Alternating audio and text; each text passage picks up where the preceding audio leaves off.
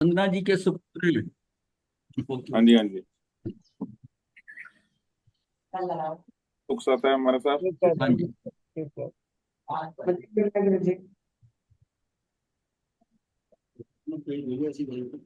सादा गुर्दे हाँ जी। हाँ मेन होता। महाराज जी, आपने कल एक शब्द इस्तेमाल किया था, ओघा। इसका मीनिंग क्या है? हाँ जी। ओघा। रजोहरन।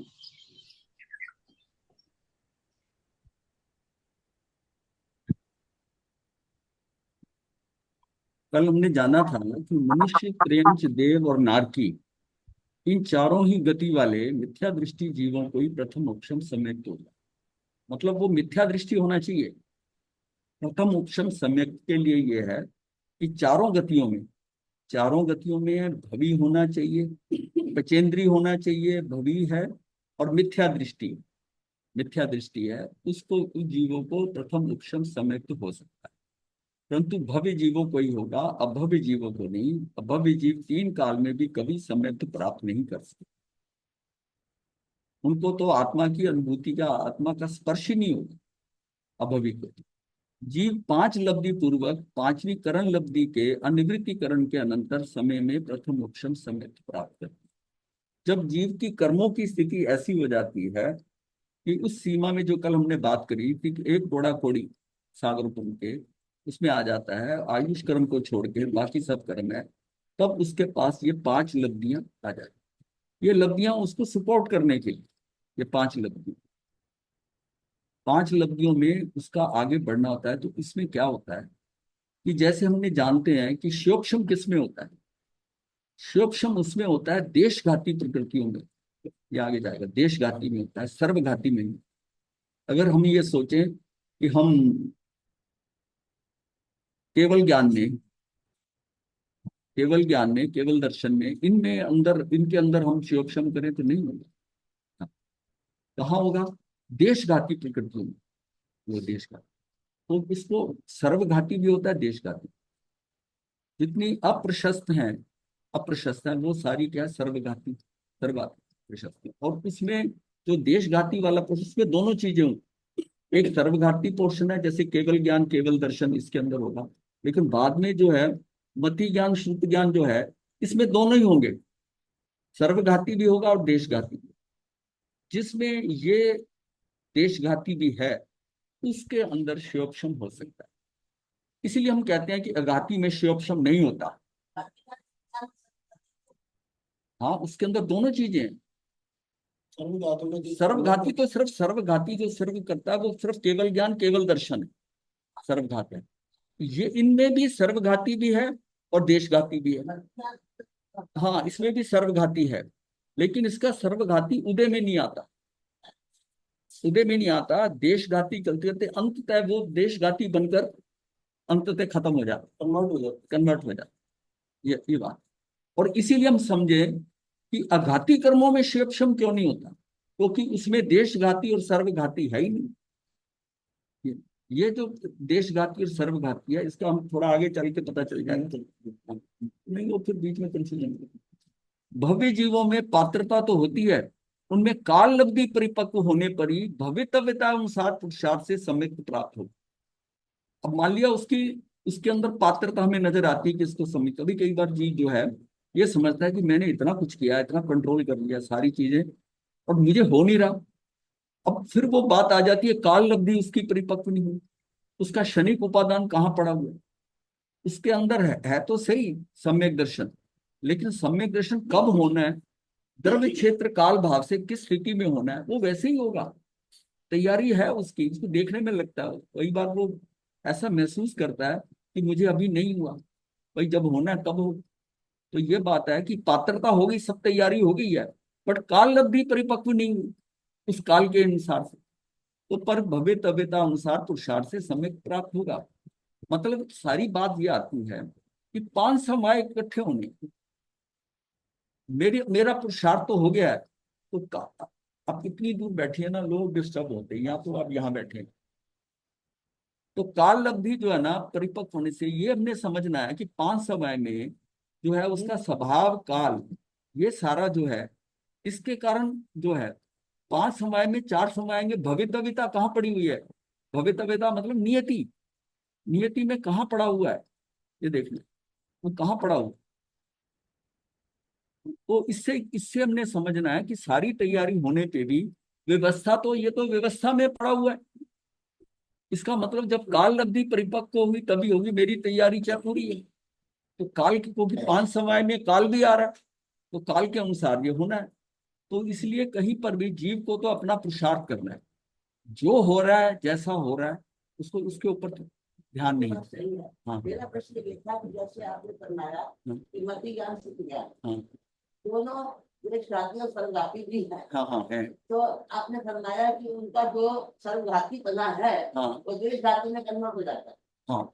अंततः जब देशघाती सारे खत्म हो जाएंगे, हाँ। तब उनका वो सर्वघाती भी जो है वो वो सत्ता में पड़े देशघाती, रहते हैं। हाँ, सत्ता में पड़े रहते हैं। सत्ता में ये आएगा, ये पूरा वर्णन आएगा, ये आएगा।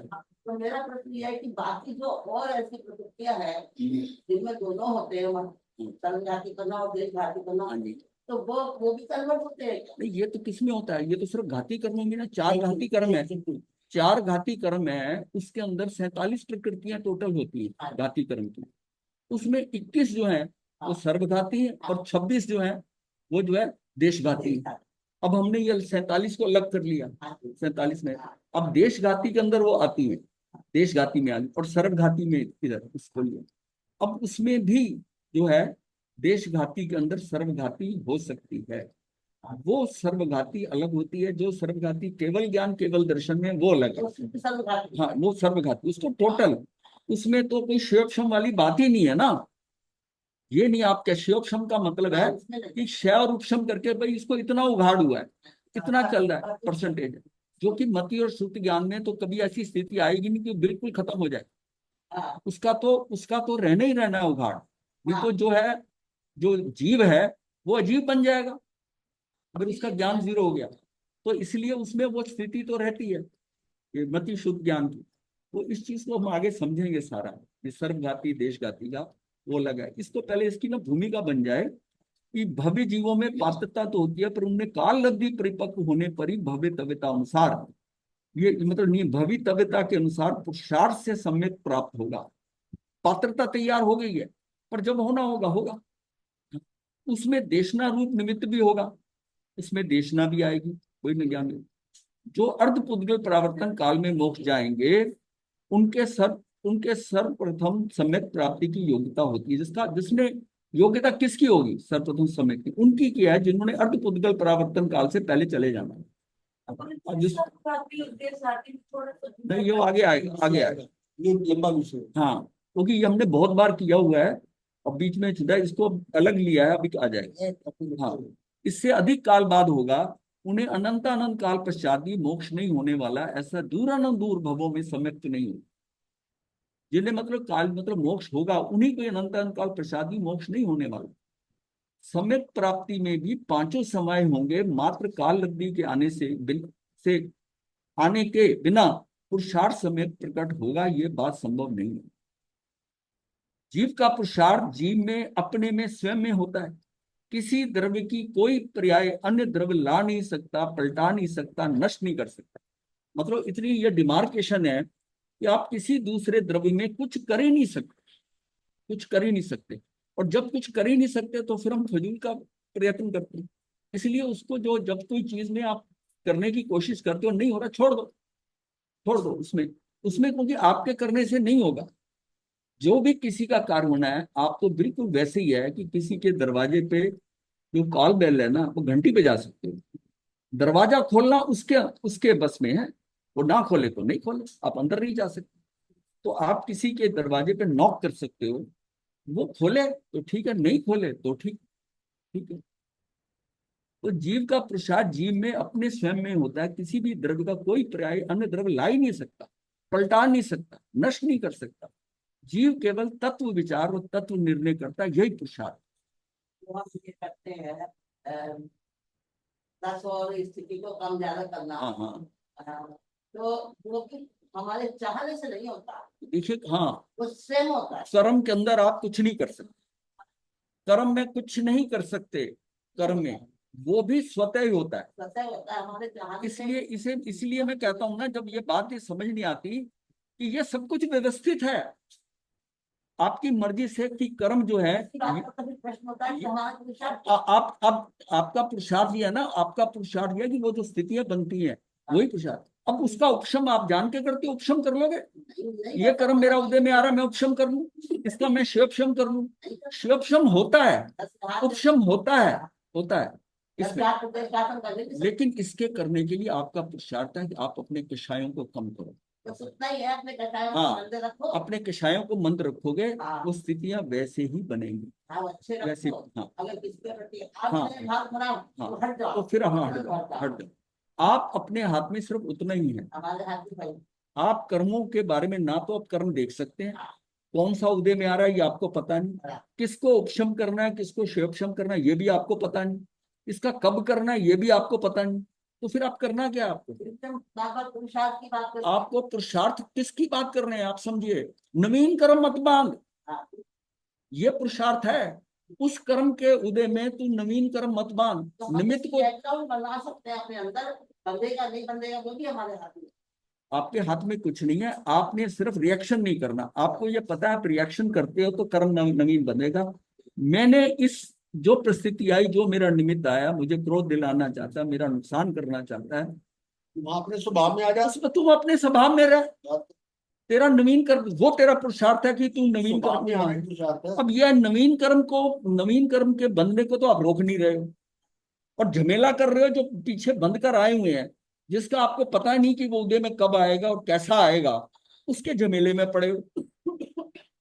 उसमें अगर कुछ हो सकता है, उसमें जो हो सकता है वो सिर्फ तप कर सकते हैं। तप में ही पूर्वकृत कर्म जो हैं, जो पड़े हुए हैं, वो तप, उसके ऊपर तप के अंदर वो खत्म हो सकते हैं। ताकि भी तो तप सम्यक भी तप हो। तप भी सम्यक हो, हाँ।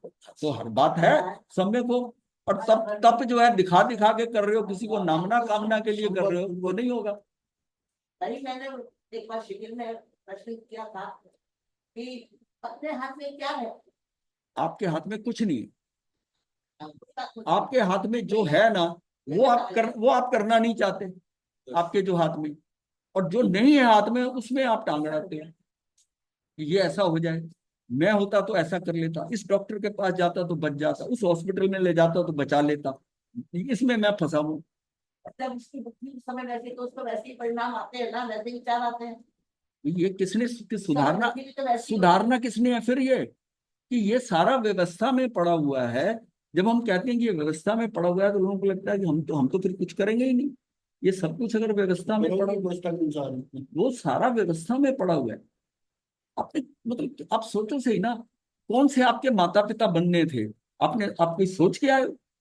फिर वहां पर आपका कैसा शरीर बनना था, आपने क्या सोचा था? फिर बाहर आने के बाद जो हुआ, कैसे माता पिता मिले, कैसी गाइडेंस मिली आपको, कैसी उनके अच्छे ख्याल थे, विचारधारा थी, इसके आपने पकड़ा। उनकी विचारधारा ठीक नहीं थी, वो भी आपके कर्मों के अनुसार है। तो ये सारा जो है पीछे पीछे से चलता आ रहा है। तो इसको ये समझिए कि सब व्यवस्था में पड़ा हुआ है। मैं क्यों फिजूल में पागल हूँ? हम ही करके आए हैं। हाँ, हम ही करके। हमारा किया हुआ है, हमारा किया हुआ है।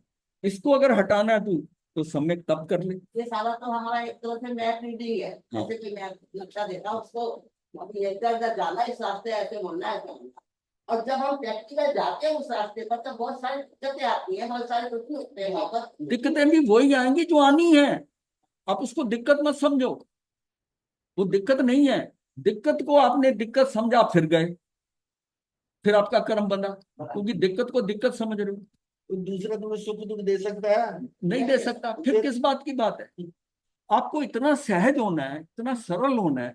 इसके लिए सिर्फ है कि आप सजग रहो कि ये निमित्त आया है, ये निमित्त मेरे पिछले कर्मों के कारण है, और ये मुझे फंसाना चाह रहा है, ये मेरा नुकसान कर रहा है, और मैं इसमें भड़कता हूं, तो मेरा कारण मेरा ही किया धरा है। फिर तब हम ही कहते हैं ना कि जो भुगत रहा है कसूर उसी का।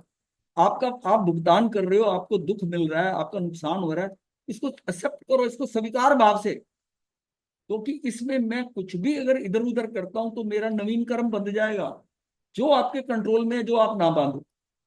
मैं डायबिटीज की मरीज हूँ और मैंने नहीं चाहते हुए भी खा लिया मीठा। अब खा लिया, ये तो तकलीफ होगी। वो मेरे को परेशान करेगा, हाँ, तो मुझे उसका भी कुछ नहीं करना, नहीं करना। कि वो जो भी परिस्थिति में व्यवस्था में पड़ा वो इसलिए कि आप सजग नहीं रहे। आप अगर सजग होते, सबसे पहला पॉइंट ये होता है कि आपको जिंदगी में सजग रहना। सजग रहोगे तो फिर आप उसमें फिर सजगता के साथ सहजता लानी है और फिर सरलता लानी। जहाँ नहीं हुआ जहां नहीं हुआ वहां वहाँ नुकसान है। होगा। ये आपका पुरुषार्थ है, आपका कुछ ना करने का पुरुषार्थ है कि जो स्थितियां हो रही हैं तू देख इसको, तू हाँ तू ज्ञाता दृष्ट है। अब जो हो रहा है सो हो रहा है, कर्मों के अनुसार हो रहा है। निमित्त ऐसे आ रहे हैं, तुझे सुख दे रहे हैं या दुख दे रहे हैं, ठीक है, तू अपने स्वभाव में रह। पर ये सारा पुरुषार्थ है। आप ये सोचते हैं कि मेरा पुरुषार्थ कहाँ रहा? अरे पुरुषार्थ यही है कि वो सारे परिवर्तनों के अंदर तू स्थिर रह, तू उसमें भड़क मत। बस ठीक है, जो हो रहा है ठीक है। तो उस तभी सहजता आएगी ना। सहजता तभी आएगी कि चीजें तो बाहर पलट रही हैं। जीव केवल तत्व विचार, जब तत्व निर्णय करता है, यही पुरुषार्थ है। तत्व का विचार कर सकता है, तत्व का निर्णय कर सकता है, यही उसका पुरुषार्थ है। तत्व विचार करते हुए कर्म के उपशम आदि स्वयं हो जाते हैं। जीव को कर्म में कुछ करना नहीं पड़ता, वह वास्तव में कुछ कर ही नहीं सकता। सारे जवाब आते हैं तो धीरे मतलब अपने स्टेप अपने सिस्टम में आएंगे। आप पहले मतलब उसको सुनते रहो ना, आपको कि कर्म में कुछ नहीं करना पड़ता। हाँ, वह वास्तव में कुछ कर ही नहीं सकता। एक तो होता है मैं कुछ नहीं कर, आप सोचो मैं कर ही नहीं सकता इसमें। हमने जाना कि चारों गति वाले भव्य पचेंद्री मिथ्या दृष्टि को प्रथम उपशम सम्यक तो होगा, मतलब हो सकता है। शिवक्षम सम्यक तो उपशम सम्यक दृष्टि को होता है। अब शिवक्षम किसको होगा? वो जिसको उपशम हुआ है उसको होगा शिवक्षम। और शाही किसको होगा? जिसको शिवक्षम हुआ है। और ये सीरीज के अंदर है। इसका मतलब जीव को पहले जो है, जब मिथ्या दृष्टि जीव है पहले गुण स्थान पे है, पहले गुण स्थान में बढ़ते बढ़ते ऊपर आते हुए उसको क्या होगा? उपशम सम्यक दर्शन। उपशम उपशम उपशम कब होगा? उपशम होने की स्थिति कब बनेगी? जब उसके कर्मों की स्थिति इतनी हल्की हो गई, उसको 5 लब्धियां मिल जाएंगी कि तू इसमें और इंप्रूव कर ले। वो आपको लब्धि का मतलब स्वयं आती है। वो 5 लब्धियां आती हैं और 5 लब्धि पूर्व ही होता है उपशम। और ये पचेंद्रिय को ही होना है, मनुष्य को। तो 5 लब्धियां जब आ गई हैं, अब वो लब्धियां कमाल दिखाती। अब वो लब्धियां जो बताएंगे कि शिवक्षम होना और बात है, और शिवक्षम लब्धि होना और बात है। और बात हाँ, वो और बात है। वो सिर्फ देशघाती के अंदर हो रही है। और ये जो है, ये शिवक्षम लब्धि किसमें होती है? ये घाती और अघाती कर्मों के अप्रशस्त प्रकृतियों में, अप्रशस्त में होना है। इसमें भी जो प्रशस्त है, जो पुण्य किए, उसमें कुछ नहीं होगा। जितनी अशुभ है, घाती की जितनी अशुभ है और अघाती की जितनी अशुभ है, इन दोनों में होगा। हाँ, अप्रशस्त में ही होगा, अप्रशस्त में होगा। प्रथम उपशम सम्यक्त पूर्वक शिवक्षम सम्यक्त होता है और शिवक्षम सम्यक्त पूर्वक शायद सम्यक्त होता है। ये लाइन में इसका मतलब पहले उपशम सम्यक दर्शन होगा। उपशम सम्यक दर्शन के बाद में अगर उसकी स्थिति ठीक है, गिरता नहीं है, तो वो शिवक्षम में चला जाए और शिवक्षम में बाकी सारे कर्मों को खत्म करता हुआ वो शायिक बन जाए। शायिक का मतलब है त्रिकालिक। शायिक का मतलब ये अब इससे हटे कम नहीं होगा। शायिक एक बार शायिक हो गया। शिवक्षम की है, उसकी सीमा है 66 सागर बम की। उपशम की सिर्फ अंतर्मुहूर्त, उपशम सिर्फ अंतर्मुहूर्त तक रह सकते। एक बार उनके लिए और दिया करके वो आएगा, सारा कुछ आएगा। प्रथम और द्वितीय आएगा, अपने टाइम पे आएगा। एक केंद्रीय से असंगीत मतलब पहले गुण स्थान से जब भी होगा वो प्रथम ही होगा, चाहे चौथी बार हो तीसरी बार। ये सारा बताया कि एक केंद्रीय से, हाँ, केंद्रीय से असंगी पचेंद्रीय तक के जीवों को सम्यक्त प्राप्ति की पात्रता ही नहीं होती। अब केंद्रीय से लेकर असंगी पचेंद्रीय तक जीवों में सम्यक्त प्राप्ति की पात्रता ही नहीं होती। उस पर्याय में उन्हें सम्यक्त प्राप्त नहीं होता।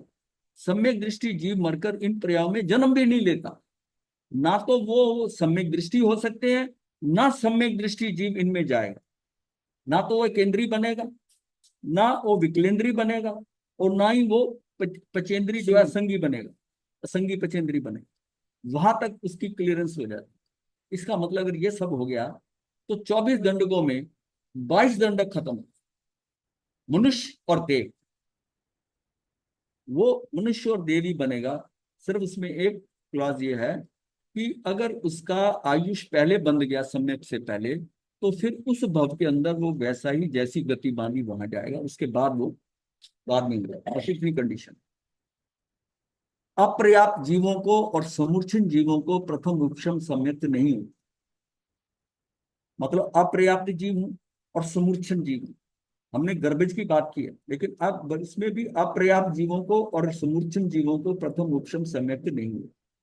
जो लब्धि सार की कंडीशन जानी थी उसमें था कि वो पर्याप्त होना चाहिए, पर्याप्त होना चाहिए। ये हमने कल किया। मनुष्य में गर्भ सहित काल 8 वर्ष पूर्ण होने पर, गर्भ का काल मिलाकर 8 वर्ष पूर्ण होने पर प्रथम उपशम सम्यक की प्राप्ति की पात्रता होती है। उसकी पात्रता है इतनी कि 8 साल का गर्भ का काल मिला के, ये समझो गर्भ का काल मिला के वो सम्यक दर्शन की पात्रता उसमें आ गई। गर्भज त्रियंचों में जन्म के पश्चात यथो योग्य काल में ये पात्रता होती है। उनके लिए गर्भ के उनके कैसे होती है कि जन्म के पश्चात यथा योग काल में ये पात्र होती है। वो काल कौन सा है? दिवस पृथक, यानी कि 2 दिन से 9 दिन में। गर्भज त्रियंच में मतलब पचेंद्रीय त्रियंच जो है उसका दिवस पृथक का मतलब होता है 2 दिन से 9 दिन के पीरियड का। कांजी स्वामी के प्रवचनों में अनेक बार बताया गया है कि स्वयं रमन समुद्र में असंख्यात समुच्चन महामत्स्य सम्यक दृष्टि है। 5वें गुण, कुछ कुछ जो है वो 5वें गुण स्थान वर्ती भी है कुछ उसमें। हाँ कितने असंख्यात। हाँ, असंख्यात समूर्छन जीव है। समूर्छम संगी पचेंद्रीय त्रंच जो सादी मिथ्या दृष्टि है वे क्षयपशम सम्यक प्राप्त कर सकते हैं, परंतु प्रथम उपशम सम्यक नहीं। अब ये बात बड़ी क्लियर कर दी। समूर्छम संगी पचेंद्रीय त्रंच जो सादी मिथ्या दृष्टि, जो एक बार सही सम्यक दर्शन लेकर और फिर उनका सम्यक दर्शन चला गया है, वे क्षयपशम सम्यक प्राप्त कर सकते हैं। वहां जितने असंख्यात जीव हैं उन लोगों को सम्यक दर्शन का स्पर्श हुआ, लेकिन स्पर्श होते हुए वो वहां से गिर गए। कहां से? दूसरे गुण स्थान से गिरकर आ गए। समुर्शन, हाँ कौन ही समुर्शन तो जीव जो संगी पचेंद्रीय तरंच जो सादी मिथ्या दृष्टि है उन्हीं को ही होगा ना। एक्चुअली संगी के बिना तो सम्यक दर्शन होगा ही नहीं।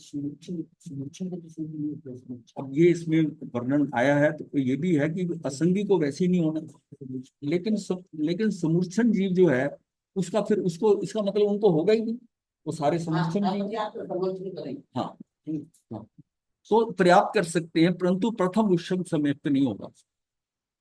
इसका मतलब वो एक बार सम्यक दर्शन उनका गया है, जैसे वो दूसरे स्थान से गिरकर पहले पे आ गए और फिर उसके बाद में उनका आयुष खत्म हुआ, वो त्रियंच बन गए और त्रियंच बनने के बाद में वहां पर वो शिवक्षम सम्यक दर्शन प्राप्त कर सकते। हाँ, शिवक्षम कर सकते, यही नहीं करता, यही अर्थ में उन्हें शरीर रूप से। गुरुदेव, हाँ जी, प्रश्न पूछना था। हाँ बोलिए। ये एक तो ये नहीं समझ में आया कि समूर्छन संगी पंचेंद्र का क्या मतलब हुआ, या हाँ संगी होगा या समूर्छन होगा, ये समझ में नहीं आया। हाँ, ये समूर्छम के आत्म दृष्टा जी ने यही प्रश्न किया है। समूर्छन संगी पचेंद्री ये वर्णन आया है, समूर्छम संगी पचेंद्री। अब संगी पचेंद्री समूर्छम वहां पर हैं और उनको बताया कि 1,000 योजन लंबे हैं, 1,000 योजन लंबे हैं। चलो मैं इसको ना एक बार रीचेक कर लूंगा कि ये कई बार बुक। जी, और एक और प्रश्न था, वो जो 2 दिन से 9 दिन बताया है, वो हाँ उनकी उम्र होती है कि 2 दिन नहीं का? नहीं, जब वो उनका जन्म आगे जन्म हो गया, अब उनकी उनकी उनके तो ऐसा है ना जिनकी मतलब उनके 2 से 9 दिन तक, क्योंकि वो जो है क्या होगा, त्रियंच पचेंद्री त्रियंच है और पचेंद्री त्रियंच को जो है उसके 2 दिन से 9 दिन के पीरियड में हो सकता है जन्म होने के बाद। जन्म समूर्छम जीव वातावरण में से पुद्गलों का अर्थात आहार वर्गना को ग्रहण करके उन्हें शरीर रूप से परिणमाते हैं। संगी पचेंद्री समूर्छम त्रियंच पर्याप्त भी हो सकते हैं, अपर्याप्त भी हो सकते हैं। वो फिर वही बात आ गई, वही बात आ गई, वही बात आ गई। ये समूर्छन जो है ना, हाँ समूर्छम बोलते हैं, ज्यादातर वही होते हैं। हाँ, ये पचेंद्री के अंदर वो ये बताते हैं कि पचेंद्री के अंदर समूर्छन हो सकता है कि हम पता है, हम तो किसी गाय बताते ना हाँ, वो जिसको वो गाय को क्या कहते हैं, हाँ, हम समुच्चम गाय, हाँ समूर्छन गाय है। हाँ वो लंबी उम्र के होते हैं। हाँ, लंबी उम्र की होती है। हाँ, और वैसे जो समूर्छम है वो तो अंतर्मुहूर्त तक है। वो तो मनुष्य है, वो मनुष्य है सिर्फ। हाँ, अंतर्मुहूर्त है हाँ, समूर्छम। मनुष्य जो है, बाकी जेंट्स नहीं है, जेंट्स की बात नहीं है। हाँ मतलब नानी तो वहां पर समुचित पंचेंद्री को होता है। हाँ ये हाँ और इसके अनुसार हाँ और वहां पर फिर अपर्याप्त कुछ होता है तो मतलब हाँ, उसमें है ना, ये आया तो है ना आप तो ये संगीत पचेंद्री जब वो शुरू में जब पैदा हो रहे हैं तो उसमें पहले तो अपर्याप्त है ना, हाँ, हो सकते हैं अपर्याप्त भी। अंतर्मूर्ति है। संगीत चंद्र हाँ, एकेंद्री से लेकर चतुरेंद्री तक के सारे ही त्रियंच नियम से समूर्छम त्रियंच होते हैं। चार इंद्री तक के तो समूर्छम होते ही होते हैं। हाँ जी, उनमें भी पर्याप्त और अपर्याप्त जीव होते हैं, उसमें होते हैं। मनुष्य और त्रियंचों में चौथे गुण स्थान तक में 6 लेशिया पाई जाती है। ये वहां खत्म हो गया। परंतु प्रथम उपशम सम्यक्त होने से पहले उन्हें नियम से प्रशस्त लेशिया आ जाएगी। ये होता है हाँ, इसलिए प्रथम प्रथम उपशम सम्यक्त होने से पहले उन्हें नियम से तेजोलेशिया, पद्मलेशिया, शुक्ललेशिया रूप मंद कषाय में ही सम्यक्त प्राप्त होता है। अगर उनके कषाय मंद हो गए तो फिर अप्रशस्त लेशिया कहां से होगी? तो ये प्रशस्त लेशिया, ये 3 जो लेशिया है इसमें आकर उसको सम्यक प्राप्त होगा। अशुभ लेशिया में नहीं, उसको अशुभ लेशिया में नहीं। चाहे अनुरंजित, हाँ। चाहे कम हो गए तो हाँ। अब अब ये था कि बताते हैं इस कारण होता हाँ, इसका सम्यक दर्शन प्राप्ति का क्रम गिरि नदी पाषाण न्याय, ये कई न्याय होते हैं। न्याय जो होता है, न्याय से मतलब है जैसे ना एग्जाम्पल बना देते हैं। है। हाँ, जैसे अंधे लगने का न्याय हाँ, उसका न्याय है। और हाँ, उसका ये है सुई कटा, सुई कटा है न्याय। वो ये न्याय मतलब होता है कि जिसके सब्जेक्ट होते हैं, ये सब्जेक्ट है न्याय कि कई चीज न्याय के हिसाब से चलती है। जैसे किसी ने ना कटा है मीन कढ़ाई, बड़ा कढ़ाई का ऑर्डर देना लोहार को, और एक व्यक्ति उसी टाइम आया, उसने ऑर्डर दे दिया कढ़ाई का, और वो आया कि मुझे एक सुई दे दो। तो वो अगर सुई वाले को तो सोचता है कि ये इतनी देर कढ़ाई देने में तो उसको समय लगेगा अगर वो बन रही है। तो वो उसको कहता है कि भाई सुई इसको तो निपटा दो कस्टमर को। अब ये एक आदमी की लिस्ट लेके आता है सामान की, वो कहता मैं पहले आया, और बीच में एक आदमी आकर कहता है मुझे एक पैकेट इसका दे दो, तो वो उसको उसको निकाल देता है, मतलब उसको दे देता है। और वो अगर क्वेश्चन करे कि भाई तुम किसको प्रायोरिटी दे दी, पहले तो मैंने ऑर्डर दिया था। बोला आपका समय ज्यादा लगे ना, उसको तो मैंने उठा के दे दिया 1 मिनट में, ये इतनी देर खड़ा रहता दुकान के ऊपर। तो ये सूची कटाह न्याय होता है, ये न्याय है। कानून की बड़े धारा है ये। इसमें 9-10 है, ये बने हुए हैं ऐसे, धारा। और जिसको आप लीगली कोर्ट कर सकते हो, लीगली कर दो। एक वो है वो देहरी न्याय, दीपक देहरी न्याय। दीपक देहरी न्याय, उसका मतलब है कि दीपक को देहरी पे दहलीज पे रख दो तो रोशनी बाहर भी हो जाएगी, अंदर भी हो जाएगी। वो दीपक उसका न्याय होता है। जब पति पत्नी का डाइवोर्स हो रहा है, डाइवोर्स हो गया, बच्चे का क्या करना है? तो बच्चे का क्या करना है, तब वो कहते हैं कि ये बच्चा जो है वो अगर छुट्टियां होती हैं तो 1 महीना पिता के साथ रहेगा और 1 महीना माता के साथ, इसका बताया। ये क्या है कि ये वो न्याय है। वो न्याय है क्या कि दोनों के लिए आप किसी चीज को बीच में रख दो तो दोनों तरफ का काम हो जाएगा। तो दीपक देहरी मतलब दीपक रखते, ऐसे ही है गिरि नदी पाषाण न्याय। ये न्याय क्या है कि पहाड़ का पत्थर नदी में गिरता है, पहाड़ से करते करते लुढ़कते लुढ़कते टकराते टकराते वो पत्थर गोल हो जाता है, मुलायम हो जाता है, चमकीला बन जाता है इतने में।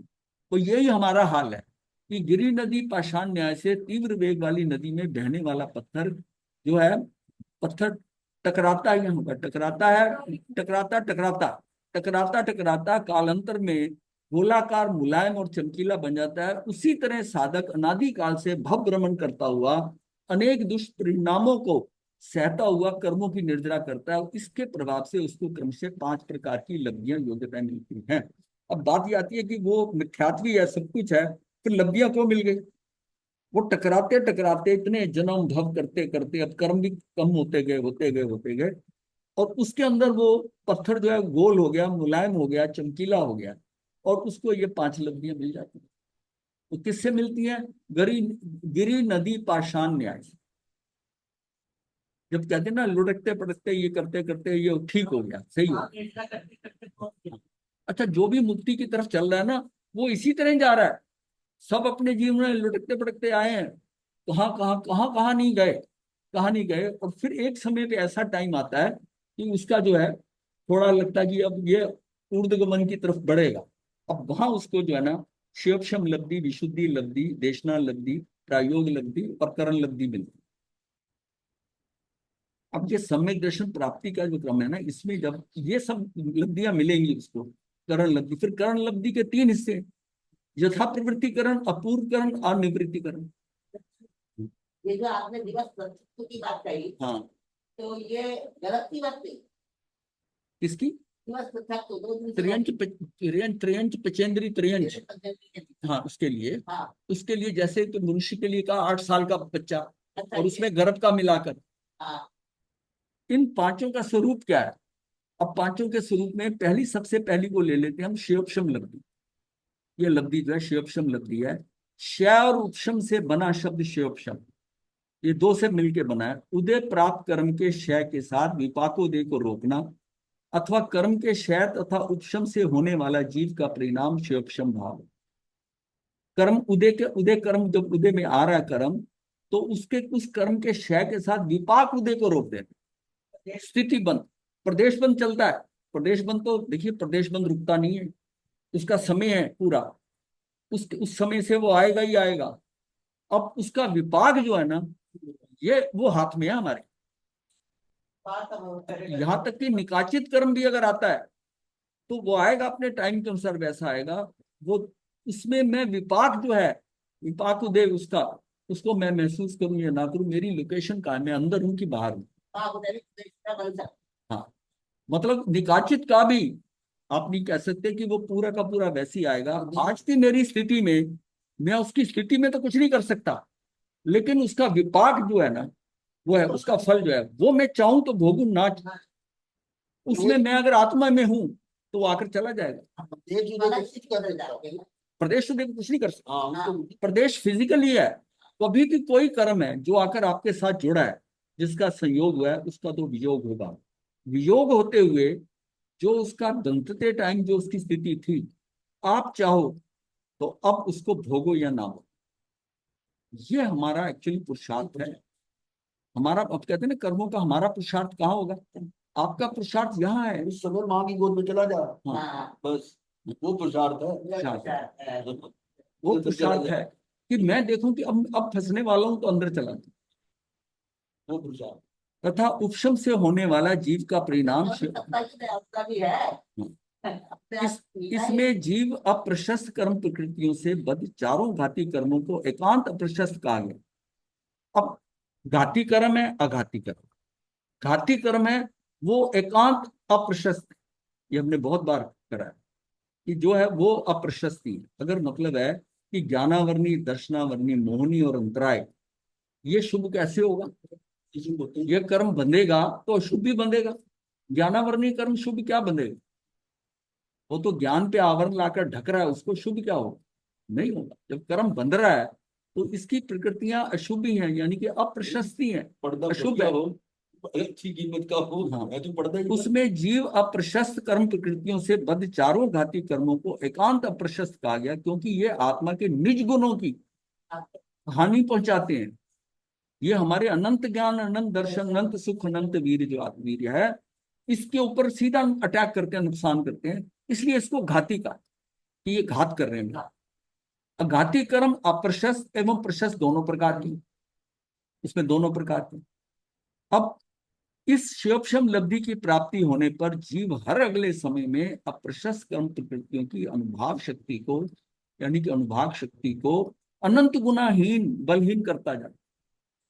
ये जितनी भी अप्रशस्त प्रकृति है, घाती और अघाती की, जब ये कर्म बंध जाता है ना, उस टाइम के आगे वो अनंत गुनाहीन होना शुरू हो जाता है। अनंत गुनाहीन हो जाती है, होती रहती है अनंत गुनाहीन। और जब उदय में आती है तब और अनंत गुनाहीन होकर उदय में आती है। ये बहुत इंपॉर्टेंट पॉइंट है, बहुत इंपॉर्टेंट पॉइंट। तो जैसे ही मतलब है मेरी अप्रशस्त प्रकृतियां जो हैं, अब अप्रशस्त प्रकृतियां ये बंध गई हैं, और इसके बंधने के बाद उनके अंदर चेंज आता रहता है, और अप्रशस्त उसमें वो घटती जाती है, घटती जाती है। अनंत गुना, अनंत गुना, वो अनंत गुना क्या है कि जितने अभवी हैं उनसे अनंत गुना, और जितने सिद्ध हैं उनका अनंतवां भाग, उनका अनंतवां भाग जो अनंत है वो अनंत यहाँ है। हाँ, अनंत, वो अनंत लेना है। ये दो जो बताइए, मैक्सिमम और मिनिमम होता है। ये चीजें बड़ी ध्यान से सुनने वाली है, इतनी ऐसे नहीं समझ में आएगी कि मतलब हम कहते हैं कि अनंत गुना, अनंत गुना जो है, कौन कौन किसका अनंत गुना, वो मेजर क्या है? तो हाँ, जितने हमारे यहाँ अभवी हैं वो संख्या कम है, उस अभवी का अनंत गुना, और जो सिद्ध है उसका अनंत का उनका अनंतवां भाग, वो जो अनंत है वो अनंत होगा, वो भी मतलब अनंत है। ऐसे अनंत अनंत है। हाँ, अनंत। अगाति कर्म अप्रशस्त एवं प्रशस्त दोनों प्रकार के हैं। इन शिवशम लब्धि की प्राप्ति होने पर जीव हर अगले समय में अप्रशस्त कर्म प्रकृतियों की अनुभाव शक्ति को, यानी कि जो विपाक उदय हो रहा है, जो आपको अनुभव में आना है, अनुभाव कह दो या अनुभाव कह दो, एक ही बात है, अनंत गुणहीन बलहीन करता जाता है, अर्थात आत्म पुरुषार्थ से हीन करता जाता है। ये उसका आत्म पुरुषार्थ मानिए, ये हीन करेगा, और उतनी स्पीड से जितना उसकी पात्रता अच्छी है उतनी उसी हिसाब से कार्य होना शुरू हो जाए। अनादि काल की भव ब्रह्मणा से किसी जीव आत्मा को किसी समय ऐसा योग मिलता है कि ज्ञानावरण आदि अष्टकर्म की अप्रशस्त अशुभ प्रकृतियों के अनुभाग यानी रस को समय समय में अनंत गुना घटाता घटाता क्रम से ऊपर आता है, तब उसे शिवक्षम लब्धि प्राप्त है। प्रयोग शब्द सबका ही प्राप्त है। हाँ, शिवक्षम तो अलग है। शिवक्षम लब्धि से होने से क्या हुआ कि अब उसका वो घट रहे हैं ना, जिन कर्मों की वो घटे जा रहा है विपाक, अब इस लब्धि का काम समझो क्या होगा। वो जो विपाक घट रहा है और उसका स्थिति बंध से जो है प्रदेश उदय तो आ रहा है, और जिन जिन का विपाक उदय जो है खत्म हो गया है वो ऊपर आ रहे हैं। उस दौरान के अंदर मेरे कर्म जो है ना, मेरी आत्मा जो है वो निर्मल है, मेरी आत्मा निर्मल है, क्योंकि उसमें अप्रशस्त प्रकृतियां अनंत गुनाहीन होकर आ रही। हल्का बना। हाँ, वो बहुत हल्कापन आ गया, और वो मुझे मतलब मुझे क्या है, मुझे विशुद्धि की तरफ ले जा रही है। मतलब उन कर्मों का उदय आ रहा है, कर्मों का उदय आ रहा है, पर मेरी आत्मा की स्थिति के अंदर कुछ परिवर्तन नहीं आ रहा, क्योंकि विपाक नहीं हो रहा। अगर उस वो कर्म उदय में आ जाए जिसमें विपाक पूरा है तो मैं तो हिल जाऊंगा। सुख दुख महसूस करने के लिए वैसा कर्म आएगा जिसका विपाक जैसा भी होगा उसके हिसाब से मुझे तंग करेगा। पर मेरे वो कर्म उदय में आ रहे हैं इस लब्धि के अंदर, शिवक्षम लब्धि में, कि जिन कर्मों के उदय पे आकर उसका प्रदेश उदय हो रहा है, लेकिन उनका विपाक उदय अनंत गुना हीन होकर हीन हीन होते होते सबसे कम वाले ऊपर आ रहे हैं, उसमें विपाक हो नहीं रहा। और विपाक नहीं हो रहा तो तेरी आत्मा जो है वो शुद्ध होगी, निर्मल होगी, क्योंकि तुझे वो तंग नहीं कर रहा। प्रदेश उदय का कोई इफेक्ट नहीं होता, प्रदेश उदय आगे चला गया चला गया, लेकिन प्रदेश उदय जिसमें होता है उसमें सुख या दुख की जो प्राप्ति करके देता है ना, उसमें हम विचलित होते हैं। दुख में विचलित होंगे और सुख सुख में प्रसन्न होंगे, इसका मतलब हमारी स्थिति हिल गई। हिल गई तो राग द्वेष होगा और कर्म बनेगा। अब ये हमको लब्धि जो मिली है वो कर्म उदय में आ रहा है, लेकिन उसका विपाक जो है वो अनंत गुनाहीन होते आ रहा है। ये लब्धि है, ये हम नहीं कर सकते, ये हमको स्वतः मिली है, एक्स्ट्रा सुविधा नहीं। एक्स्ट्रा सुविधा मिली है कि तुझे हम थोड़ी देर के लिए, क्योंकि अब तू जहां तक पहुंच गया ना इसके आगे तेरा बस नहीं चल रहा, तुझे हमने और शुद्ध करना है। तुझे थोड़ा ऐसे कर्म देते हैं जो कर्म तो अपने समय के अनुसार उदय में आ रहे हैं, पर तू उनसे प्रभावित नहीं होगा। तू प्रभावित नहीं होगा तो तू शांत रहेगा, और उस शांत समय के अंदर तेरे कर्मों की निर्जरा हो जाए, तेरी तेरी आत्मा शुद्ध हो जाएगी। मेरे बंदे में ये है विशुद्धि। इसका अगला स्टेप जो है ना, ये विशुद्धि कैसे हो रही है कि शिवक्षम लब्धि होने के बाद, शिवक्षम लब्धि के कारण जो अप्रशस्त प्रकृतियों का अनंत गुना हीन होकर विपाक आ रहा है, उसका रसोदय हो रहा है, उससे मैं विचलित नहीं हो रहा हूं। उस दौरान के अंदर मेरी आत्मा जो है पर्टिकुलर जब तक लब्धि है ये सारा खेल अंतर्मुहूर्त का है। एक कदम तो बढ़ाया, हाँ, उसका प्रसाद अब मिला ही उसमें है। जो मेरा क्या है कि जो मेरे कषायों की जो पोजीशन है, अब मेरे वो उदय में नहीं आ रहा कोई इफेक्ट, तो मेरी विशुद्धि हो रही। अब मैं और आगे बढ़ गया, मेरे कषाय और हल्के पड़ गए, मेरे कषाय और हल्के। तो कर्म प्रवृत्तियों की अनुभाव शक्ति अनंत गुणाहीन बलहीन करता जाता है, अर्थात आत्मविचार से हीन करता है। अनादि काल की भव ब्रह्मणा से किसी जीव आत्मा को किसी समय ऐसा योग मिलता है कि ज्ञानावरण आदि अष्ट कर्म की अप्रशस्त यानी कि अशुभ प्रकृतियों का अनुभाग रस को समय समय में अनंत गुना घटाता घटाता ऊपर आता है, तब उसे शिवक्षम लब्धि प्राप्त होती है। शिवक्षम लब्धि, जब हमारे कर्म कम हो रहे थे ना, कम होते होते हमारी स्थिति बढ़ रही है जीव की, तो उसको क्या होता है कि ये जो बाकी कर्म होते हैं ना, वो कर्म भी उसी हिसाब से उसके ऊपर आ रहे हैं, उसी हिसाब से आ रहे हैं, अनंत गुनाहीन वाले आ रहे हैं, क्योंकि इसने अपने पुरुषार्थ से स्थिति यहां तक तो संभाल ली, पर इसके आगे इसका बस नहीं है। क्यों? अब वो और कोई कर्म उदय में आ गया, कोई और आ गया कर्म, तो वो ये फिर विचलित हो गया, फिर कर्म, इसको वो कर्म मिले जिसका विपाक जो है ना, वो अनंत गुनाहीन हो चुका है, अनंतहीन होता है। तो वो जो मुझे टाइम मिलता है अंतर्मुहूर्त का, उस टाइम के अंदर मेरी विशुद्धि बढ़ जाती है, मेरी विशुद्धि बढ़ जाती है, मेरी आत्मा में कुछ नहीं हो रहा, प्रदेश शुद्ध होता जा रहा है और मुझे निर्मलता मिल रही है। मैं कहीं विचलित नहीं हो रहा, कहीं स्पंदन नहीं हो रहा मेरे आत्म प्रदेशों में, और उसके कारण उस समय उस ड्यूरेशन के अंदर मेरी विशुद्धि बड़ी तेजी से होती जैसे ये ना, तो उसमें 41 सॉल्ट मिलता है। है, तब उसे शिवक्षम लब्धि प्राप्त होती है। चारों घाती कर्मों ज्ञानावृत्ति आदि की प्रकृतियों में अपने अपने अनंत स्पर्धक है। अब हम इस शीट पे जाएंगे जिसमें अब हमें नहीं पता स्पर्धक क्या होता है। उनमें मंद अनुभाग से तीव्र अनुभाग तक स्पर्धों के चार चार भेद स्थान बताए हैं, यथा लता दारू अस्थि शाय। अब क्या हुआ कि इसके स्पर्धक बना दिए। वो जो कर्म हमारे इकट्ठे हुए थे ना, उनकी सॉर्टिंग करके ये बताया कि ये कैटेगरी बहुत तीखे हैं, ये तीव्रतम है, ये तीव्रतर है, ये मन है, ये तीव्र है, ये मंद है, वो सारी कैटेगरी बना दी। तो चार कैटेगरी बना दी। तो उस चार कैटेगरी के अंदर घाती कर्मों का तो एक ही कैटेगरी है, वो तो अप्रशस्ति है। अब घाती के अंदर दो कैटेगरी है, तो इसका मतलब है कि ये क्या है कि इसके अंदर उनका फिर कहना कि तीव्रतम है, ये ऐसा कंफ्यूजन हो जाएगा। उनके नाम रख दिए कुछ। तो सबसे हल्का उसको लता, लता कह दिया, बेल, बहुत कॉमन है। कोमल सी हो। हाँ। फिर उसके बाद दारू, दारू कहते हैं लकड़ी को। गुरुदेव एक हाँ और जी, प्रश्न पूछना था हाँ जी। कि आपने एक बार पहले भी बताया हुआ कि जो आघाती कर्म होते हैं उनका हम कुछ नहीं कर सकते, सिर्फ उनका उदय और क्षय होता है। तो क्या यहाँ पे फिर प्रश्न आघाती आपका क्लियर नहीं हो रहा, क्या बोले? आपने एक बार बताया था कि जो आघाती कर्म होते हैं उनका हम कुछ नहीं कर सकते, उनमें सिर्फ उदय और क्षय होता है। तो हाँ, यहाँ पे फिर हम क्या सर ये सातों की बात कर रहे हैं कि उसमें हम वो कर सकते हैं? नहीं नहीं, वो जो कंडीशन है ना, वो उसमें कुछ नहीं करके का मतलब है उसका हम क्षेपशम उपशम नहीं कर सकते। आघाती कर्मों के अंदर वो उदय में आते हैं और क्षय होते हैं, हाँ उसके जी, बीच में उसको उपशम क्षय नहीं कर सकते, उस पर हमारा कुछ नहीं चलता। मेरा जो हाँ जी, गोत्र कर्म बंध गया, जो मेरा नाम कर्म है वो जैसा है वो वैसा ही चलेगा, आयुष कर्म जैसा बंध गया वैसा ही चलेगा।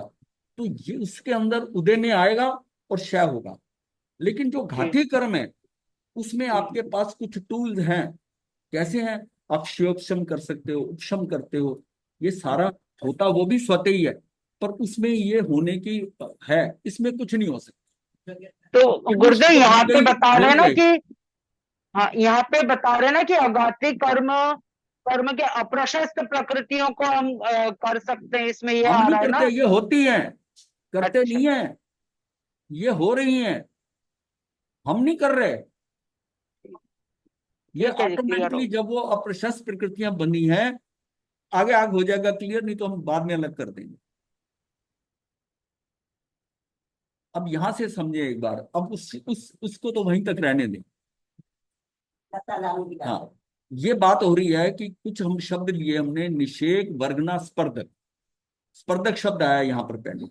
एक साथ उदय में आने वाले कर्म परमाणुओं के समूह को निषेक कहते हैं। निषेक किसको कहते हैं? निषेकी कर्म, जो हमको कर्म बंधने के बाद अबाधा काल मिलता है, वो अबाधा काल जो मिलता है उसका मतलब था कुछ में कुछ कर्म में नहीं हो सकता, उसमें उसकी सेटलमेंट होती है। जैसे कहीं जाते हैं ना, किसी के घर में जाते तो पहले सेटल होते वहां पर। ये इसी तरह की वहां की व्यवस्था को जानते हैं।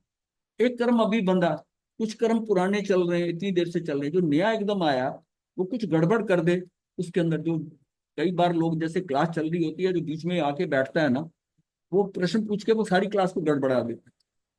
वो पहले 10 मिनट बैठकर सुने, सुनकर फिर वो अगर करता है तो उसको समझ आ जाएगी क्या विषय चल रहा है। और विषय तो समझा नहीं पूरा, और बीच में प्रश्न कर दिया। तो इसका मतलब है कि उसको ये कहा कि कर्म, जब नया कर्म बनता है उसको अबाधा काल दे। इसका इस समय ये सत्ता में पड़े, इसका कुछ नहीं होगा, कुछ नहीं होगा। वो टाइम जो है ना, उसका सेटलिंग टाइम। कई कोई लोग सेटलिंग टाइम कहते हैं, कूलिंग टाइम भी कहते हैं। कूलिंग टाइम का क्या होता है, जैसे आप कोई पैकेट पार्सल कराते हो, बाई प्लेन भेजते हो, तो वो क्या करते हैं, आपका पैकेट आया तो पैकेट आने के बाद वो सीधा नहीं भेजते, वो एयरपोर्ट पे 2 दिन रख लेते हैं, 48 घंटे रखते हैं। इसमें कुछ गड़बड़ होगी, कुछ होगा, वो अभी यही हो जाएगा जो होगा, नहीं तो पूरा जहाज उड़ेगा। जब किसी ने पैकेट भेजा तो उसको कहते हैं कूलिंग टाइम। उसका कूलिंग टाइम है, एकदम नहीं भेजना, उसमें क्या डाला क्या करा, ऐसा ऐसा लोगों को कूलिंग टाइम बताया जाता है। जैसे आपके घर में कोई पार्सल है, जैसा आता है ना, एकदम होता है जैसे वो कोरियर वाला दे के गया या पहले पोस्टमैन दे गया था, उसी टाइम फाड़ के खोलने की कोशिश करते थे। लोगों के बड़े केस हुए हैं ऐसे। एक होता है वो ले लिया ना, उसको रख दो, उसको रख दो, फिर बड़े आराम से वहां पर उसको किससे देखो, पहले फील करो कि ये क्या चीज आई है। ये हमेशा खोलने से पहले ये मान के चलो कि इसमें बम हो। मानो ना, क्वेश्चन है। तो जब खोल रहे हैं तो बड़े सुचारू रूप से, बड़े ध्यान से खोल रहे हैं पैकेट। हम क्या करते हैं, एकदम हाथ में आता है उसको टेप वेप फाड़ के उसको खोल लेते हैं। जैसे घर के बड़े कह देते हैं, एकदम से चल के आए बाहर से तुरंत ताली बत्ती। हाँ एकदम। हाँ, तो आप बैठो। हाँ, थोड़ी देर सेटलिंग टाइम लो।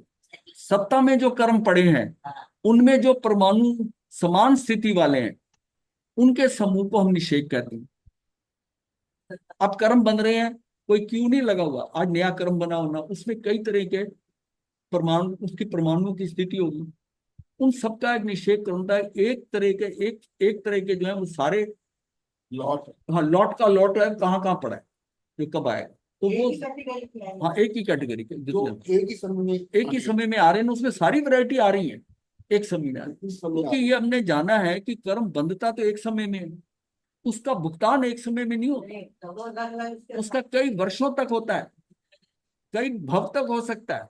बंधा तो अब है, ये जो बंधा है वो वैसा का वैसा उदय में नहीं आता।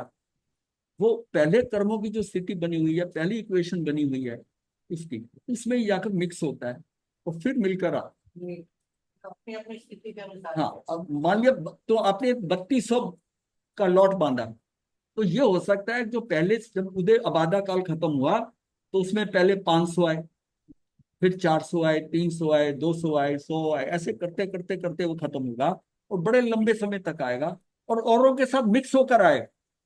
जामुन लगे हुए हैं ना, कितने लगे हैं, जो आज तैयार होने वाले हैं वो आएंगे। वो आएगा, वो जगह एक जगह थोड़ा आएंगे, सब अलग अलग जगह पे आएंगे। ऐसी इसलिए कहा जाता है कि जो फल गिरते हैं ना, वो ऊपर पेड़ से छूट कर टपक के गिरते हैं, जो है वो ही लेने चाहिए। जो हाँ नहीं, वो पक भी गए और हमें हिंसा की बात, अगर आप पेड़ पर चढ़कर तोड़ते हो, वो हो सकता है कि अभी 2 दिन और लगा रहता है या 3 दिन और लगा रहता है, उसको नहीं है। जो ऊपर से गिर जाए तो टपक, एक समय में आने वाले वो लॉट, वो लॉट। तो एक ही समय में नीचे आ रही है। हाँ, जो परमाणु समान स्थिति वाले हैं उनके समूह को निषेध कहते हैं, इसे सत्ता का निषेध कहेंगे। इनमें से प्रति समय एक निषेध उदय में आकर फिर जाएगा। वर्तमान समय में उदय में आने वाले निषेध को प्रथम निषेध कहते हैं। अभी इस समय जो मेरा कर्म उदय में आ रहा है ना, वो मेरा प्रथम निषेध हो, मानी यानी कि वर्तमान काल। ये पहली लाइन जो है ना, ये निषेध है, ये कर्म की निषेध, ये कर्म मेरे अब आएंगे। ऐसे ये अनादि काल से बना हुआ है, हमारा पूरा सेटअप बना हुआ है कि प्रथम निषेध ये होगा, दूसरा ये होगा, ऐसे करते भविष्यकालीन निषेध ये है। नवीन भी ऐड हो रहे हैं, पूरे भी हो रहे हैं, लेकिन सबकी स्थितियां, सारा सिस्टम है ये सारा, कि आपका ये पहले में ही लॉट में ये आएगा, दूसरे में ये, तीसरे में ये, चौथे में, एक एक समय के अंदर आ रहा है यार। ये तो हो गया कि ये निषेध है, इसके अंदर कैसा है कि इस ढंग से हम बांधते हैं। और दूसरा जो है वो स्पर्धक शब्द आया था। स्पर्धक शब्द में होता है कि ये प्रथम वर्ग ना पहले है, फिर द्वितीय तृतीय, ये ऐसा आते आते जब इसका अविभाग जो है, अविभाग प्रतिच्छेद कहते हैं कि उसके विपाक, विपाक विभाग प्रतिच्छेद का मतलब है उसे रसानु किसी भी, मतलब वो, यहाँ आगे चलते हैं आगे क्लियर होगा। कर्म परमाणु में स्थिति के साथ साथ जो विशिष्ट विशिष्ट अनुभाग भी होता है, उनकी अपनी रसोदय यानी फलदान शक्ति, इस शक्ति को अविभाग प्रतिच्छेद कहते हैं। अविभाग का मतलब उसका विभाग नहीं हो सकता, प्रतिच्छेद नहीं होगा। ये एक्चुअल में वो चीज है जो मेरे सुख या दुख मुझे देने वाली। जैसे कर्म उदय में होता है तो उसमें एक फैक्टर है टाइम का, एक अनुभाग का है। तो अनुभाग कौन कंट्रोल करता है? अनुभाग उसमें जैसे डॉटेड डॉटेड होते हैं, उसमें कितनी सघनता है, कितनी मुझे तकलीफ होगी, कितना मुझे सुख मिलेगा, किस ढंग का मिलेगा, वो इन पे डिपेंड करता है अविभाग प्रतिच्छेदों में। और वो भी अनंत होते हैं। जैसे उनमें कहते हैं पोटेंसी होती है। हाँ, उसमें अविभाग प्रतिच्छेदों से गिना जाता है, में नापा जाता है शक्ति के सबसे छोटे अंश को अविभाग प्रतिच्छेद कहते हैं। मतलब एक बार मुझे जो दुख होता है, चोट लगती है, उसमें पता नहीं अनंत अविभाग प्रतिच्छेद एकदम आ जाता है, मान ये समझो। और उसका एक अंश जो है वो अविभाग प्रतिच्छेद, यानी उसमें एक जो कर्म जो है, एक कर्म जो आ रहा है उसमें कितने, हाँ अब और क्लियर होगा आगे। शक्ति के सबसे छोटे अंश को अविभाग प्रतिच्छेद कहते हैं। कर्म परमाणु में उनकी शक्ति के अविभाग प्रतिच्छेद होते हैं। कर्म परमाणु है, उस परमाणु में शक्ति कितनी है, ये कितना सुख या दुख देंगे, उस शक्ति के अविभाग प्रतिच्छेद होते हैं। इसलिए एक परमाणु को एक वर्ग कहते हैं। वर्ग का मतलब एक साइड पे तो हुआ है, दूसरी साइड पे ये एक परमाणु के एक वर्ग कहते हैं। जिन कर्म परमाणुओं में अर्थात वर्गों में समान अविभाग प्रतिच्छेद पाया जाता है, उन वर्गों के समूह को वर्गना कहते हैं। अब आपने निषेध जाना था, वर्ड आ गया वर्गना। वर्गना मतलब है कि उसमें जितना सुख दुख देने की शक्ति है, जिनकी बराबर है, उनका इकट्ठा लॉट जो है वो वर्गना है। पहले जो अविभाग प्रतिच्छेद उसका कर्म के साथ लगा हुआ है उसको हम कह दिया वर्ग। और एक ही तरह के सारे वर्ग का जो इकट्ठे हो गए कि इसका सुख दुख देने की शक्ति बराबर है, उसको हम वर्गना कहते हैं। ऐसा है, ये समझने में थोड़ा लगेगा भारी, लेकिन अभ्यास से हो जाएगा। लेकिन ये शब्द समझ लेने चाहिए कि वर्ग क्या है और वर्गना क्या है, अविभाग प्रतिच्छेद क्या है। 2-4 बार आप करोगे तो आपको समझ में आ जाएगा, एक बार सुनने से ऐसा नहीं। सबसे कम अविभाग प्रतिच्छेद वाले वर्गों को वर्गना को जगन्य वर्गना कहते हैं। जिसके सबसे कम अविभाग प्रतिच्छेद है, ये सुख दुख देने की शक्ति इसकी सबसे कम है, उसको हम कहते हैं जगन्य वर्गना या प्रथम वर्गना, जो पहले लेवल की वर्गना। जिनमें एक अधिक अविभाग प्रतिच्छेद हो उसके, ऐसे वर्गों की वर्गना को द्वितीय वर्गना। अब ये इसमें एक लाइन है, तो प्रथम वर्गना कौन सी होगी? जो नीचे की फिगर 2 में लाइन है, ये वाली, ये लाइन है जिसके अंदर सारे बराबर हैं, एक है। और उसके ऊपर वाली लाइन कौन सी हुई? वो इससे एक प्लस है, इसका जितना विभाग प्रतिच्छेद था उससे एक ऊपर है। मान लिया इसके अंदर अविभाग प्रतिच्छेद 100 था, इस वाली में मिनिमम जो है ना वो 100 विभाग प्रतिच्छेदों के सारे जो कर्म है वो इकट्ठे हुए। उसमें जो उसके ऊपर वाली लाइन है वो 101 वाली आ गई, 101 आ गई, फिर 102 वाली आएगी, फिर तीसरी लाइन आएगी। ये करते करते जब 100 का 200 हो जाएगा अविभाग प्रतिच्छेद, वहां पर अगला स्पर्धक शुरू हो जाएगा, ये एक स्पर्धक हो जाएगा, जिसमें जहां से हम शुरू हुए थे प्रथम वर्गना में, ऊपर तक पहुंचते पहुंचते वो डबल होगी तो उसका अलग स्टेप चल पड़े। अब उसका दुगना अलग होगा, वो 2 गुना हो जाएगा, फिर 3 गुना होगा, ऐसे फिर 4 गुना होगा। ये फिर पहला स्पर्धक, दूसरा स्पर्धक, ये लौट। तो ये इतनी माइन्यूट चीजें हैं, इसको फिर अब ग्रुप्स में हम बात कर रहे हैं। समझना हमने नीचे से है, एक छोटे से अंश से, एक परमाणु से शुरू हुए। उस परमाणु के अंदर जो कार्बन वर्गना का है, उसमें टाइम का भी बंद हो रहा है और सुख दुख देने की शक्ति भी हो रही है। जो सुख दुख देने की शक्ति है उसकी मेजरमेंट करने का तरीका अविभाग प्रतिच्छेदों से है। ये कितने अविभाग प्रतिच्छेद इसमें है, वो जो छोटे छोटे उसके पॉइंट्स है, कितना सुख दुख देने वाले, तो वो उसके हिसाब से। ये मेरे कषायों के अकॉर्डिंग जिसमें मेरा कर्म बंधा था, उस कर्म के बंधने पर मेरे उस समय कषाय कैसे थे। अगर कषाय बहुत तीव्र थे तो मेरा स्थिति बंध भी लंबा बंधा, और सुख दुख देने का कि वो कर्म जब उदय में आएंगे तो मुझे ज्यादा दुख। जिसको हम ये कह देते हैं कि इसमें चिपकाव ज्यादा है, छूटते हुए दुख ज्यादा दे। एक हल्का सा पानी के साथ लगाए तो फट से निकल जाए, एक गोंद से लगाए ऐसा, एक आपने फेविकोल से चिपका दिया, अब उसको खोलने की कोशिश कर रहे हो तो वो नीचे से फाड़ देता है चीजों को, तो वो दुख ज्यादा देता है। चिपका, ये तो मोटा मोटा समझने का था, लेकिन एक्चुअल सिस्टम में समझने का मतलब है उस कर्म में अविभाग प्रतिच्छेद की क्या लेवल है, और वो बहुत वैरायटी का है। और वो जब एक बार सारे इकट्ठे होके आ गए, फिर उससे ऊपर वाला एक प्लस वाला आएगा, फिर दूसरे प्लस वाला आएगा, इस तरह करते करते आपके ये स्पर्धक ही अनंत हो जाए। निषेध में आपने फरमाया, हम्म। निषेध का भी लगभग उसी प्रकार फरमाया, हाँ। लेकिन उसमें जो समान स्थिति वाले हाँ। वो इकट्ठे होंगे। हाँ, तो वो इकट्ठे हुए, हाँ। फिर उन निषेकों को जब करके हाँ, वो उसकी वर्गना बन गई, निषेधों की वर्गना, वर्गना बन गई, और फिर वर्गना से फिर स्पर्धक स्पर्धक बन। अब लॉर्ड जो है ना स्पर्धक में, बात हम अब स्पर्धकों में करेंगे, क्योंकि स्पर्धक इसलिए करेंगे जब हम बात करेंगे लता की, दारू की, फिर एक एक दो दो की बात नहीं करेंगे, पर स्पर्धकों की बात करेंगे। इसलिए हम बड़ी फिगर में आ गए, पर वो बनेंगे कैसे, वो उसका बेसिक चीज है, ये समझनी है। अगर आपको समझ आ जाए ठीक है, नहीं अगर भारी लग रहा है तो छोड़ दो, पर इतना जरूर पता हो कि अविभाग प्रतिच्छेद होते हैं। सुख दुख किनसे प्राप्त होता है हमें, कार्बन वर्गना के अंदर सुख दुख वो जो प्राप्त देने वाले हैं वो अविभाग प्रतिच्छेद, और उसमें बहुत वैरायटी होती है। वो जब उदय में आते हैं तो फिर एक एक करके एक एक समय के अंदर इस तरह आगे बढ़ते जाते हैं, और फिर उसका लॉट बना लेते हैं। वन लॉट इज स्पर्धक। एक लॉट क्या है, जहां 100 से शुरू हुए और 200 पर पहुंचे, ये एक लॉट हो गया, 200 से 300 का एक लॉट हो गया, 300 से 400 का एक लॉट हो गया, ये ऐसे ऐसे हम बढ़ते जाएंगे। तो इसमें क्या हुआ, अब ये वर्गना हो गया। हाँ जी बोलिए। मतलब साहब, मैं जब उदय में आएंगे कर्म, तो हाँ। पहले वो प्रथम स्पर्धक आएंगे, फिर दूसरा आएगा, या क्या क्या क्रम रहता है मतलब? हाँ, ये ऐसे ही होगा, मतलब प्रथम आएगा, दूसरा आएगा, जब भी उसका, अब ये एक्चुअली क्या सारा सिस्टम बन गया।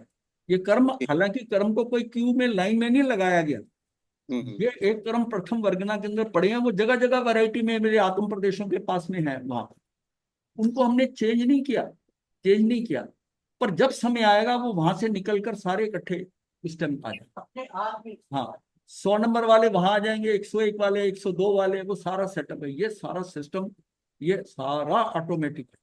इसमें हम कुछ नहीं कर सकते अपने कर्मों में, लेकिन ये सिस्टम बना हुआ है कर्मों में। ये बहुत जबरदस्त चीज है। जामन के देखो, तो इसका मतलब यही हुआ हमारे साहब, जब कर्म कोई उदय में आता है तो पहले हल्के से शुरू होके वो आपको बढ़ते बढ़ते पूरा दुख देता है जब नहीं जाता नहीं, हुआ। ये जरूरी नहीं है। जब हाँ जी। कर्म उदय में आता है तो उसकी संख्या पहले बहुत ज्यादा होती है। आप कहीं ठोकर मारकर चोट लगा के देखो, कहीं ठोकर लगी हो आपको, उस समय जो पहले टाइम पर जब चोट लगी उसमें जो हालत थी, उसके 5 मिनट बाद कैसी होती है, कम हो जाती। ये ट्राइंगल बनती है, ये बेस पे आते हैं। उसमें मैंने बताया था ना कि अगर 32 हो गया तो आपको कहाँ के 500 700 से शुरू होगा पहली बार। फिर वो हाँ करते करते करते वो खत्म होते होते ऊपर पीक पे ट्राइंगल बन जाए, जी। ट्राइंगल बन जाए। इसका मतलब वो धीरे धीरे धीरे कम होते हैं। जब शुरू होगा तो वो बेस के ऊपर ज्यादा हो, पहले लौट में जब आगे आ जाएगा समझ। ठीक है। मैं इसको एक दो बार करूंगा तो आपको समझ में आए। गुरुदेव, ये जो निषेक और ये जो स्पर्धक बनते हैं, ये आठों कर्मों के अलग अलग बनते हैं कि सबके कंबाइंड बनते हैं ये सब कर्मों के अनुसार हैं, सबके सबके कर्मों के अनुसार है। जो कर्म उदय में आएगा ये सारा, इसमें उतना मत जाओ अभी। ये परिभाषिक शब्द समझो कि जहां पर आप पढ़ोगे, शास्त्र में कहीं पर पढ़ोगे अविभाग प्रतिच्छेद भी आएगा या रसानु लिखा होगा। वर्गना क्या होती है आप वहीं अटक जाओगे। वर्गना क्या है, स्पर्धक क्या है। अब मुझे आपको स्पर्धक बताना था, इसलिए सारा कुछ बताना। ये स्पर्धक कैसे बना, तो ये स्पर्धक स्पर्धक का निषेक के साथ कैसे वो है, मतलब निषेक अभी अलग अभी बताया आपने। इसको चलने दो, ये 2 पेज है, इस 2 पेज के खत्म होते होते आपको क्लियर हो जाएगा। बहुत कुछ क्लियर है। हाँ। हाँ, वर्गनाओं के वर्गों में अविभाग प्रतिच्छेद बढ़ते बढ़ते जिस वर्गना में दुगने होते हैं वहां से दूसरा स्पर्धक प्रारंभ होता है। जब 3 गुना होते हैं तब तीसरा स्पर्धक होता है। किसी एक समय में बंधे हुए परमाणुओं की जब हम निषेक रचना देखते हैं तो उसके प्रथम निषेक में परमाणु की संख्या सर्वाधिक होती है। देखिए सब क्लैरिफिकेशन है सारा। सर्वाधिक होती है ऊपर ऊपर के निषेकों में, परमाणु कम होते जाते हैं। अनुभाग प्रति निषेक में सब प्रकार का पाया जाता है। अनुभाग जो है ना, हर एक निषेक में सारी वैरायटी का होता है। ऊपर के निषेकों में प्रत्येक कर्म प्रकृति की अनंत अनंत वर्गना और स्पर्धक होते हैं। प्रत्येक कर्म प्रकृति की अनंत अनंत वर्गना और स्पर्धक होते हैं। वह मंद अनुभाग से लेकर तीव्रतम अनुभाग तक अनेक स्पर्धक बताने के लिए उपमा देकर, नाम देकर समझाया जाता है। घाती कर्म और घाती कर्म में स्पर्धक रचना के नाम इस प्रकार हैं। घाती कर्मों में क्या है? मन से तीव्र जो है लता भाग, दारू भाग, अस्थि भाग और शैल। शैल का मतलब सबसे भारी, शैल का मतलब पत्थर, पत्थर, शिला, पत्थर है। अस्थि का यह हड्डी है, यह भी अत्यधिक है। दारू काष्ठ का है, लता सबसे नरम। तो इसकी वैरायटी हल्के से ऐसे भारी हो। और इसी तरह ही जो दूसरे वाले हैं, ये क्या है? तो ये इसका जो आता है दारू लता भाग, इसको भी यही रहने देते हैं आज। कि चार स्थान पाए जाते हैं। जब किसी कर्म में चारों प्रकार के अनुभाग बंद होता है तो उसे चतुस्थानगत बंद कहते हैं। मान लो चारों है, उस एक कर्म बंधा, उसमें लता भी थी, दारू भी था, अस्थि भी थी और शैल भी था, इसको हम कहेंगे चतुस्थानगत। चार स्थान, चारों के चारों बंधे। कई कर्म ऐसे होते हैं कि उसमें पहले वो दो नहीं बंधेंगे। मेरे कषाय इतने हल्के हैं कि उसमें ना तो शैल बन सकता है ना अस्थि बन सकती है, तो लता और दारू बनेगा, फिर द्विस्थानक होगा। ऐसे त्रिस्थानक भी होता है, द्विस्थानक भी होता है और एक स्थानक भी होता है। हाँ, द्विस्थानक। तो ये द्विस्थानक तो हम बात करते हैं, एक तो ओरिजिनली है ही है। तो ये हमारी जो है ना, जीव के विशुद्ध कषाय मंद, विशुद्ध का मतलब कषाय मंद परिणामों में अति तीव्र घाती कर्म नहीं बंधते, तो शैल प्रकार के, नहीं तो त्रिस्थानगत। जब मात्र दारू लता भाग रूप बंद होता है तो द्विस्थानगत बंद होता है। ये हमारी, इसका मतलब कषाय कितने इंपॉर्टेंट है कंट्रोल करने के लिए। कषाय कंट्रोल होने से मतलब सबसे मेजर जो है ना इसमें, आपको अपने कषायों को कंट्रोल करना। कुछ नहीं करते ना, एक आदमी कुछ नहीं कर रहा, वो ना धर्म कर रहा है, ना कोई उपवास कर रहा है, ना कुछ कर रहा है, पर जो उसके साथी हैं वो उस पे हंसते हैं, उसको गाली देते हैं, उसको क्रोध ही नहीं आ रहा। वो अपना ही क्रोध उस मान रहा है। इसका मतलब उसने सारा खेल कषायों से कर लिया, चाहे वो मास दुश्मनी है और चाहे जो है वो कुरगड़ू, कुरगड़ुगा है, कुरकंडू जिसे कहते हैं लोग। हाँ, कुरगड़ू। हाँ, वो क्या है? वो उसने, उन्होंने कुछ नहीं किया। उसको एक लाइन याद नहीं हुई 12 वर्ष में, पर उसमें उसको यही रहता था कि उसके साथी हंसते थे, गुरु भी कह देते थे, वो चुप रहता था। वो अपनी कमजोरी समझता था कि मुझे नहीं हो, बस। उसको कोई क्रोध नहीं, कुछ नहीं आया। उसी तरह ही वो कि मैं उपवास नहीं कर सकता, कुछ नहीं। दोनों का कल्याण। और बाकी जो क्रिया करने वाले थे वो रह गए। तो सारा ये है, आपने सिर्फ क्या करना है कि मुझे, कोई कोई शास्त्र नहीं पढ़ता, कोई आगम नहीं पढ़ रहा, कुछ नहीं कर रहा, उससे कुछ नहीं होता। अपने कषाय कंट्रोल, सजग हो जाए, थोड़ा सहज हो जाए, सरल हो जाए। कषाय कम हो गए तो सरल हो गया, उसको कोई उतार चढ़ाव नहीं हो रहा है, यही मुक्त कर देगा। और नवीन कर्म जो होंगे इतने हल्के बनेंगे, उसके इतने हल्के बनेंगे कि कषाय है नहीं।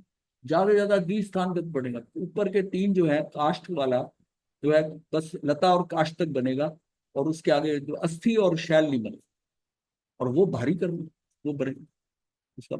कोई उसके आने पर मैं हिलता हूँ, जो कर्म मैंने भारी बांधे हैं वो मुझे फिर दोबारा फंसाते हैं। और ये जो हल्के कर्म है वो मेरे लिए बड़े सहज हो जाते हैं। वो क्योंकि कर्म जब बंधे हैं तो मेरी स्थिति कम थी, अगर मैं इंप्रूव करता जाता हूँ तो फिर जब वो कर्म में उदय में आते हैं ना, तो मेरी स्थिति और बेटर होगी, मैं उसको भी झेल जाता हूँ। लेकिन होने चाहिए वो लता या दारू टाइप के उतने, और उस पर कड़कता, ज्यादा कड़क ना हो, ज्यादा कड़क संभाले नहीं जाते, उसमें विचलित हो जाता है। तो सारा खेल तो फिर कषायों का।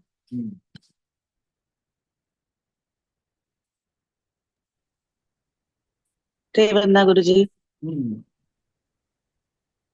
नमो अरिहंताण, नमो सिद्धाण, नमो आयर्याण, नमो नित्याय, नमो नवे सब साधन प्रतारि मंगलम अरिहंता मंगलम रामंगलम साधु मंगलम देवी वनतो धम्मो मंगलम प्रतारि दुरुत्तमा अरिहंता दुरुत्तमा सिद्धारि दुरुत्तमा साधु दुरुत्तमा देवी वनतो धम्मो दुरुत्तमा प्रतारि शरणं तव अरिहंते शरणं भवत्यामि सिद्धे शरणं प्रपद्यामि साधुं शरणं प्रपद्यामि केवले नतं धम्मं शरणं प्रपद्यामि हरिघंटाय शरणं सिद्धौ शरणं साधुौ शरणं केवले प्रपद्यामि धन का शरणं चार शरणं सुख करने मंगल शरणं सदा बताइए